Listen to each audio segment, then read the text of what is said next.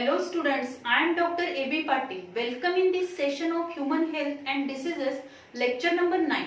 In this lecture, we will discuss about the filariasis.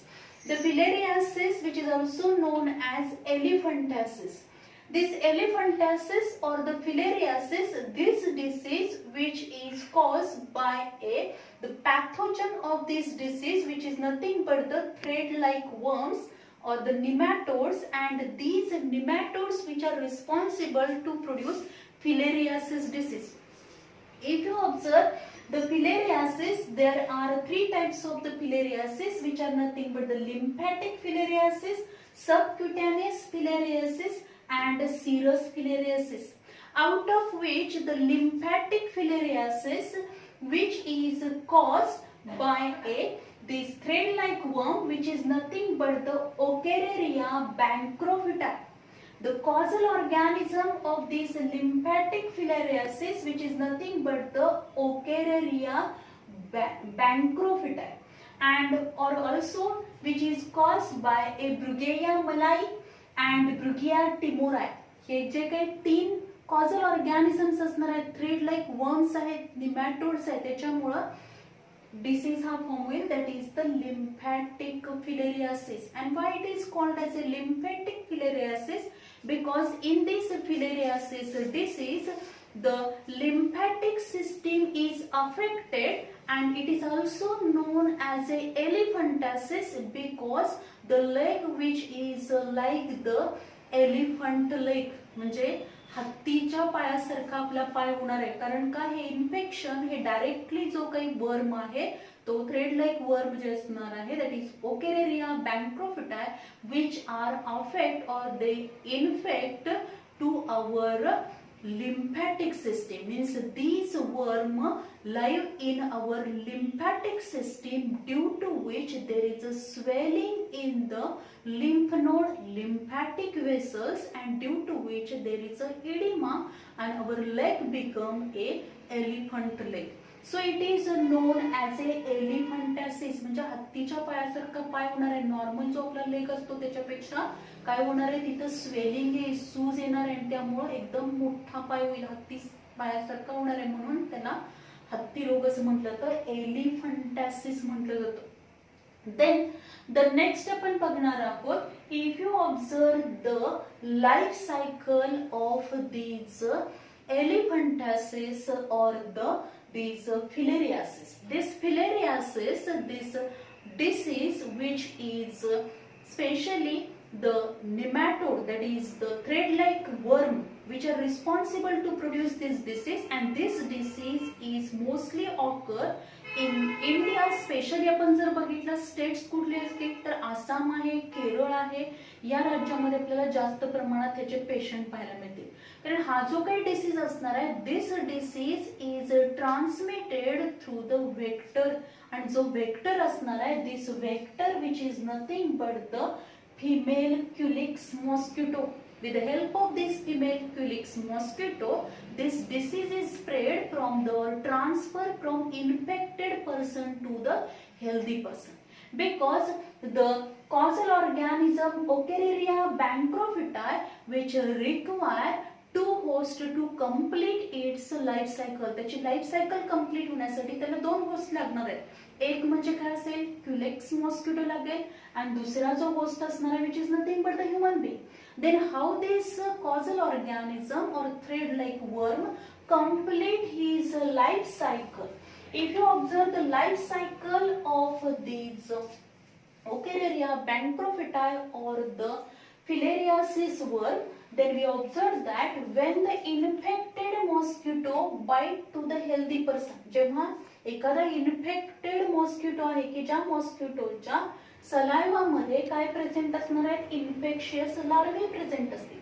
असा mosquito म्हणजे Culex mosquito when bite to the healthy person, healthy पर्सनला त्यानं bite केलेला आहे, आणि त्या जेव्हा तो बाईट करणार आहे म्हणजे ब्लड सक करून घेणार आहे, त्यावेळी काय होईल, this infected mosquito bite to the healthy person, it release the larvae, infected larvae, which are enter into the lymphatic system. म्हणजे जी काही आपली बॉडी आहे आपल्या स्किन वरती हा मॉस्किटो बसला, मॉस्किटो काय केलंय, मॉस्किटो बाईट झाला. जेव्हा मॉस्किटो बाईट करणार आहे त्यावेळी त्याच्या सलायवा मधून काय होणार आहे, हे जे काही इन्फेक्शियस लार्वी असणार आहे, these infectious larvae which are enter into the human body, ह्युमनच्या बॉडीमध्ये एंटर होतील, त्याच्या ब्लड मध्ये एंटर होणार and then these infected larvae enter into the lymphatic system. ते lymphatic system मध्ये एंटर होतील. lymphatic system मध्ये एंटर झाल्यानंतर these infectious larvae which are live in these lymphatic system मध्येच त्या लार्वी काय होणार आहेत, राहणार आहेत आणि त्या पूर्ण ह्या लार्वी ज्या असणार आहेत, इन्फेक्शियस लार्वी ज्या असतील त्या इन्फेक्शियस लार्वापासून त्याच्यापासून अडल्ट हा थ्रेड वर्म फॉर्म होण्यासाठी किती वेळ लागणार आहे, इट रिक्वायर द 1 इयरचा पिरियड त्याला लागणार आहे. Means for maturity of the larvae required 1 year, म्हणजे साधारणपणे त्याला 12 ते 16 महिन्याचा कालावधी, 12 to 16 months means nearly that is the 1 year required to convert this infectious larvae into the adult. म्हणजे या इन्फेक्शियस लार्वी पासून अडल्ट पर्यंत डेव्हलपमेंट होण्यासाठी त्याला 1 वर्षाचा कालावधी लागणार आहे. तोपर्यंत हा आपला लिम्फॅटिक सिस्टीम मध्ये राहणार आहे आणि एकदा का याचं इन्फेक्शन झालं की जवळजवळ 5 ते 7 वर्ष हा जो काही ओकेलेरिया बँक्रोफिटाय आहे म्हणजेच थ्रेड वर्म असेल which live in our body, आपल्या बॉडीमध्ये त्या ज्या पर्सनला इन्फेक्शन झालंय त्या पर्सनच्या बॉडीमध्ये तो राहणार आहे, लिम्फॅटिक सिस्टीम मध्ये राहणार आहे. Then after the infection, adult nematode live 5 to 10 years in the human lymphatic system. Human lymphatic system मध्ये सर्वसाधारण तो 5 ते 10 वर्षाच्या कालावधीपर्यंत हा निमॅटोड काय होणार आहे, राहू शकणार आहे. म्हणजे आफ्टर इन्फेक्शन, एकदा इन्फेक्शन झाल्यानंतर adult nematode live 5 to 10 years in human lymphatic system. आणि एकदा काही लिम्फॅटिक सिस्टीम मध्ये तिथे तो राहिला, त्याच्यानंतर अडल्ट झाल्यानंतर 5 ते 10 वर्ष तो लिम्फॅटिक सिस्टीम मध्ये राहणार आहे.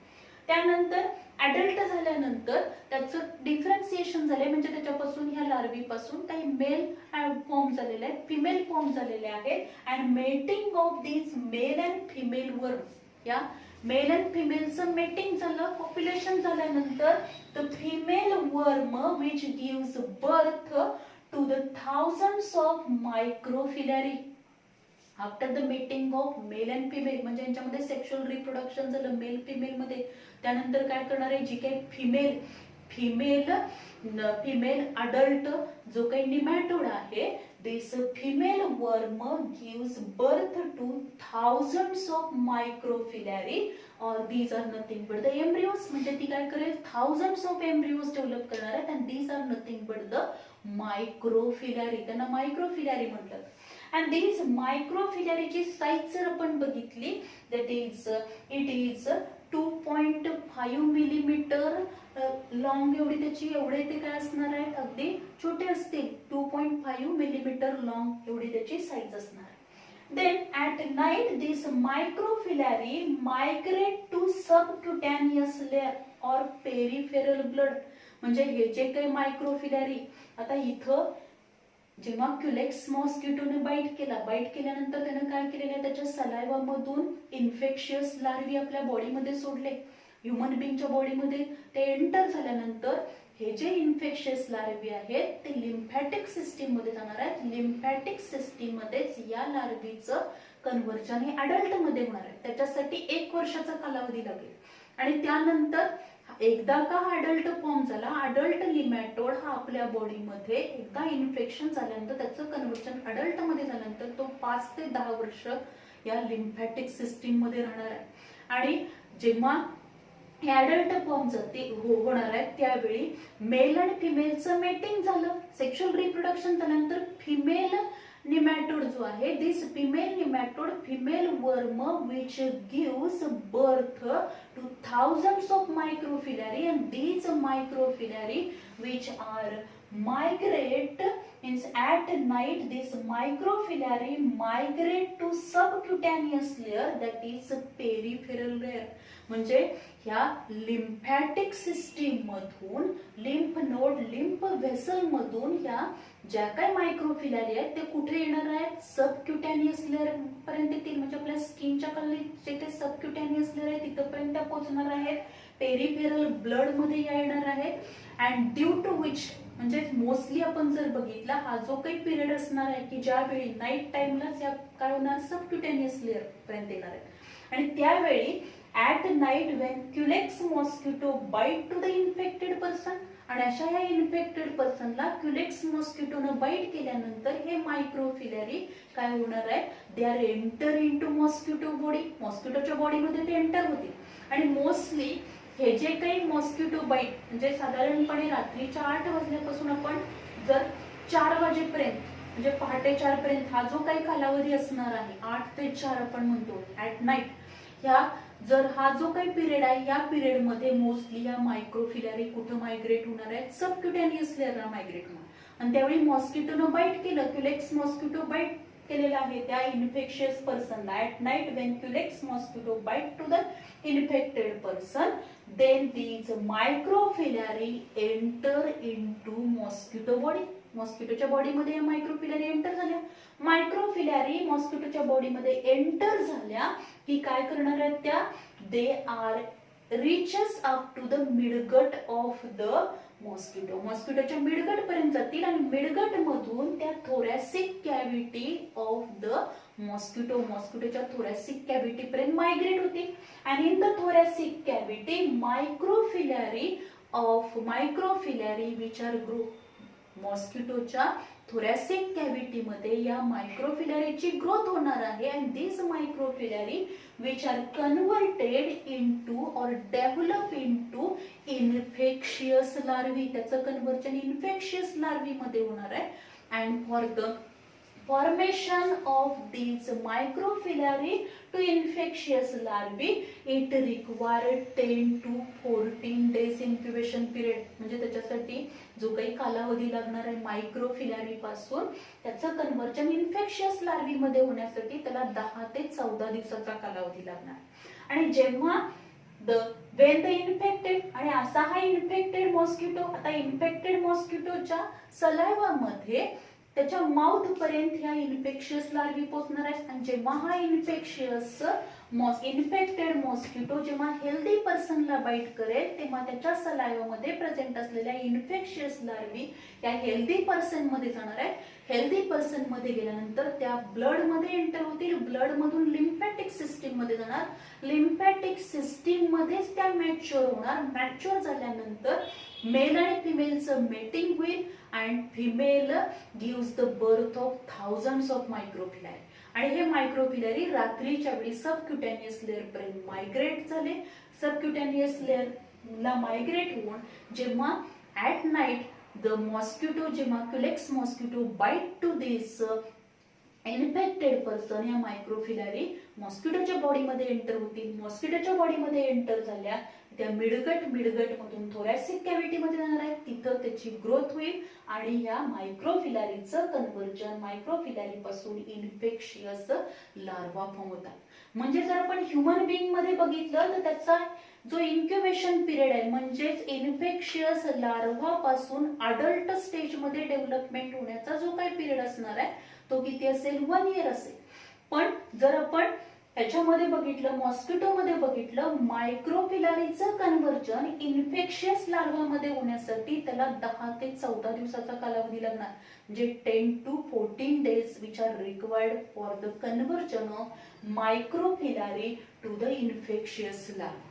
In this way this nematode or threadworm means Ochreria bancrophyti or the Bruguiera timori, these causal organism which require the two host to complete its life cycle, which is nothing but the Culex mosquito and the human being. And if you observe, what are the different signs and symptoms which are observed in the filariasis? Filariasis मध्ये आपल्याला कोणकोणते sign and symptoms पाहायला मिळणार आहेत? Mostly आपल्याला माहिती आहे की हा जो काही वर्म आहे, निमॅटोड आहे, तो डायरेक्टली कशामध्ये राहणार आहे, कशामध्ये जाणार तो पहिल्यांदा जेव्हा तो ब्लड मध्ये जाईल तिथून तो लिम्फॅटिक सिस्टीम मध्ये जाणार. त्यामुळे लिम्फॅटिक सिस्टीम वरती त्याचा इफेक्ट होणार आहे. फर्स्ट साइन अँड सिम्पटम असेल फिवर तर जनरली आपल्याला सगळ्या याच्यामध्ये पाहायला मिळतं. फर्स्ट काय असेल, फिवर असेल म्हणजे टेम्परेचर. त्यानंतर काय असणार, oedema with thickening of skin and underlying tissue.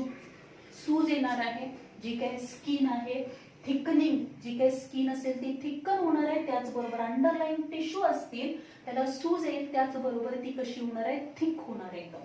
Then the legs, arm, breast, scrotum and vulva हे सगळे रिजन जे असणार आहे तिथे आपल्याला काय दिसेल, oedema or the swelling which is mostly observed in the region म्हणजे लोअर एक्स्ट्रीमिटी मध्ये मोस्टली आपल्याला पाहायला मिळतं. This is nothing but the legs असतील, त्याचबरोबर स्क्रॉटम आहे, वल्वा रिजन आहे. मेल मध्ये स्क्रॉटम रिजन जे असणार आहे तो काय होईल, तिथे जे काही लिम्फॅटिक वेसल्स आहेत, लिम्फ नोड्स असेल त्याला काय होणार आहे, तिथं स्वेलिंग होईल म्हणजे त्या लिम्फ नोडची, लिम्फॅटिक वेसलची साईज वाढणार. म्हणजे साधारणपणे जर सुरुवातीला इन्फेक्शन जेव्हा झाले त्यावेळी याची साईज जर लिम्फ नोडची एवढी असेल किंवा ही लिम्फॅटिक व्हेसल जी असणार आहे तिची साईज एवढी असेल तर जसं इन्फेक्शन स्प्रेड होणार, अडल्ट मॅच्युअर झाल्यानंतर हा लिम्फॅटिक सिस्टीम मध्ये राहणार आहे, त्याच्यापासून नंबर ऑफ मायक्रोफिलॅरी फॉर्म होणार आणि हळूहळू या लिम्फ नोडची आणि लिम्फॅटिक व्हेसलची काय होईल, साईज इनक्रीज होणार आहे. As well as from this lymphatic vessel and lymph node there is a release of lymph काय होणार, त्याच्यामधून बाहेर पडणार आहे आणि ते लिम्फ जे काही सिक्रेशन म्हणजे lymph is one of the secretion ते रिलीज झाल्यानंतर आपोआपच ज्या पार्ट मध्ये हे काय होणार आहे, रिलीज होईल. This lymph is release from the lymphatic vessel. Then there is a swelling आपल्याला पाहायला मिळतं, मोस्टली लोअर एक्स्ट्रीमिटी मध्ये पाहायला मिळतं.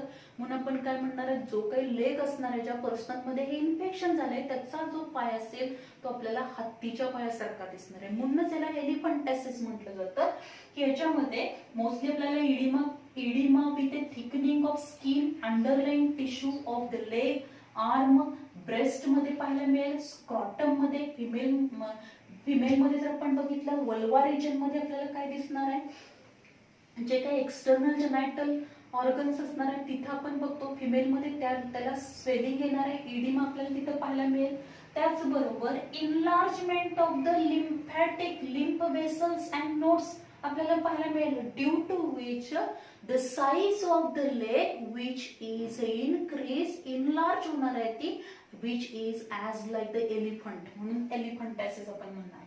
डेमा मीन्स काय असणार आहे, ॲक्युम्युलेशन ऑफ द लिम्फचं काय होईल, ॲक्युम्युलेशन होणार आहे. ज्या ठिकाणी हे काय झालेलं आहे, लिम्फ नोडची साईज वाढली, लिम्फॅटिक वेसल, लिम्फ वेसलची साईज वाढली, त्याचबरोबर लिम्फ रिलीज झाला आणि त्यामुळे आपल्याला काय पाहायला मिळेल, lymphoedema means the accumulation of the लिम्फचं ॲक्युम्युलेशन होणार आहे आणि त्यामुळं स्क्रॉटमची साईज असेल, आपल्या लेग्स मध्ये ज्या पर्सनला ते इन्फेक्शन झाले त्याच्या लेग्स मध्ये जे काही लिम्फ नोड आहेत, लिम्फॅटिक वेसल आहे त्याची साईज वाढणार आहे, लिम्फ रिलीज होईल आणि त्यामुळं तिथं टोटली काय होणार आहे, हे सिक्रेट झाल्यामुळं लिम्फ बाहेर रिलीज झाल्यामुळं टोटली आपल्याला स्वेलिंग, सूज दिसणार आहे आणि त्यामुळं ही जे काही लोअर एक्स्ट्रीमिटी असेल त्याची साईज मोठी होणार आहे and then there is a elephantiasis आपल्याला पाहायला मिळतो.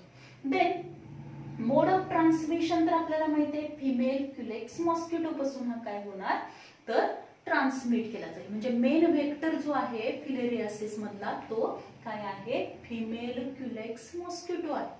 देन द इन्क्युबेशन पिरियड त्याचा आहे 8 ते 16 काय असणार आहे, that is incubation period in 8 to 16 month. म्हणजे ह्युमन बिंग मध्ये जर आपण बघितलं तर त्याला किती दिवस लागणार आहे, पूर्णपणे वजन अडल्ट मध्ये होण्यासाठी जवळजवळ 8 ते 16 महिन्यांचा कालावधी लागतो, मीन्स 8 to 16 मंथ लागणार आहे. आणि मॉस्किटो मध्ये जर आपण बघितलं मायक्रोफिलॅरीचं कन्व्हर्जन इन्फेक्शियस लार्वा मध्ये होण्यासाठी त्याला 10 ते 14 दिवसाचा कालावधी लागणार आहे. देन द नेक्स्ट आहे ट्रीटमेंट. आता याच्यामध्ये ट्रीटमेंट जी असेल which is nothing but the diethyl carbamazine citrate. Diethyl carbamate असेल किंवा हेट्राझेन, these drugs which are given, medicines which are given, त्याचे ठराविक डोस काय केले जातात, त्या पर्सनला दिले जाणार आहेत इन्फेक्शन जे तो आपल्याला पाहायला मिळेल. आता एखाद्या पर्सनला हा डिसीज म्हणजे अगदी प्रायमरी स्टेज मध्ये आहे, त्याच्यामध्ये इन्फेक्शन अजून आपल्याला कुठलेही म्हणजे साइन अँड सिम्पटम्स, इन्फेक्शन झाले पण साइन अँड सिम्पटम्स आपल्याला अजून दिसत नाहीयेत तेवढ्या प्रमाणात, पण त्या पर्सनला इन्फेक्शन आहे की नाही या बऱ्याच वेळेला आपल्याला काय दिसतं, काही स्टेटमध्ये काही रिजन मध्ये हा एलिफंटायसिस किंवा फिलेरियासिस हा कॉमनली प्रेझेंट. मग तिथल्या पर्सनची टेस्ट करताना कशा पद्धतीने टेस्ट केलं जाणार आहे की त्या पर्सन मध्ये इन्फेक्शन झाले की नाही. डायग्नोसिस टेस्ट साठी काय केलं जातं, ऍट नाईट, रात्रीच्या वेळी त्यांचं काय केलं जातं, ब्लड घेतलं जातं.